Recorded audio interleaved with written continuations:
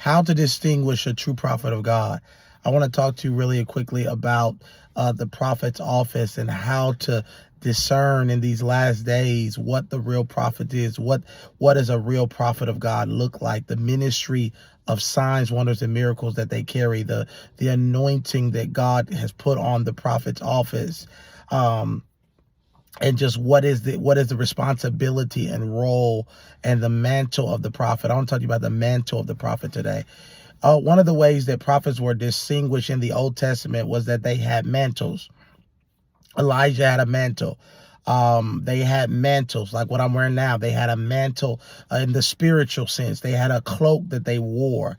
Um, and the prophets, that mantle within it had miracles, signs, wonders, the ability to dialogue with God, to hear the voice of God. And so how do you know you're a real prophet of God? One of the first things you know, what separates a prophet from a prophetic person? Well, first of all, a prophetic person has the gift of prophecy, but they don't necessarily have the mantle of a prophet on their life. And so when you have the mantle of the prophet, you are authorized in the prophetic realm, and you are carrying an authorization to move and to speak and to manifest the miraculous. Because when a prophet speaks, things begin to shift in the realm of the spirit.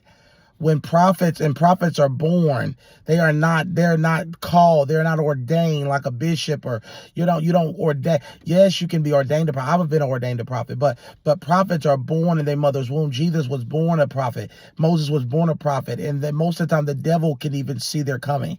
And so he tries to kill them from birth. So most prophets will have many near-death experiences in their life, many attacks. Many people will try to kill them and destroy them before they even come into the earth realm, because the prophet's ministry is one of sight. They are the eyes of the church. They are the ears of the church. They give language to what's to come. They give language to people's lives, where people's assignments, people's destinies.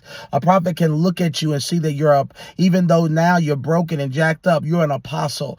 You're a prophet of God. The prophets can look at the prostitute, and I've done this so many times, hundreds of times, and seen somebody that's not even walking in their call, and prophesy 5 years, 2 years down the line, and they begin to manifest and move into their call. There is no ministry more attacked. There is no ministry more hated than that of the prophet of God.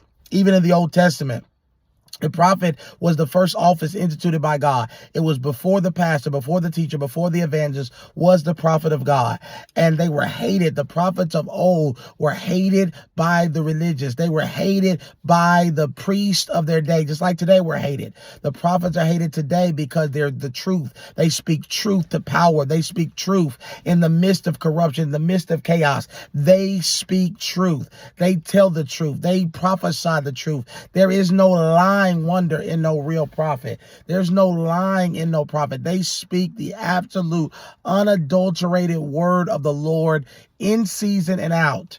And they also move in they're friends of God. They're intercessors. They are people that have been given a anointing, a burden from God to pray and intercede his will in the earth realm. When prophets pray, there is something the heaven and earth move. When they prophesy, it's something that powerful that begins to happen. So if God has called you to be a prophet, he's called you to be a messenger. He's called you to be a person that when you speak, heaven speaks before you. If you are not authorized by heaven, you are not a prophet of God. Prophets, real prophets, bona fide prophets, are authorized by heaven. Heaven backs what they say, because there's three dimensions of the prophetic.